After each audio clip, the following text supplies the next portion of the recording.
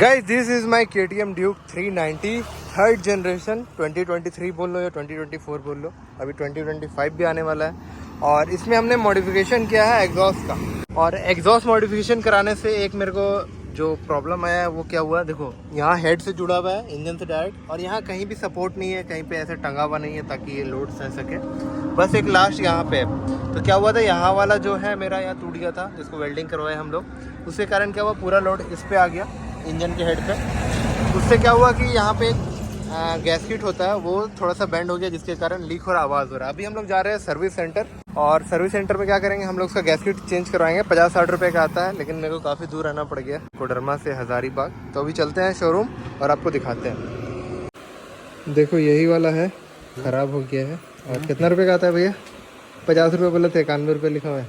91 रुपये का चीज़ है, जिसके कारण माथा फोड़ी हो गया। उसको लगाने में 118 रुपये लगेगा, से भी बोल।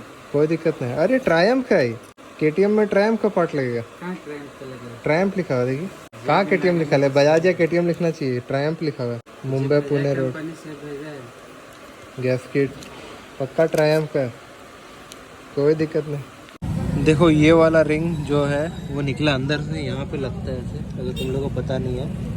और अभी क्या हो रहा है ना कि इसमें कुछ इशू नहीं था, झूठ मूठ का खुलवा दिया और ये नया लगवा दिए।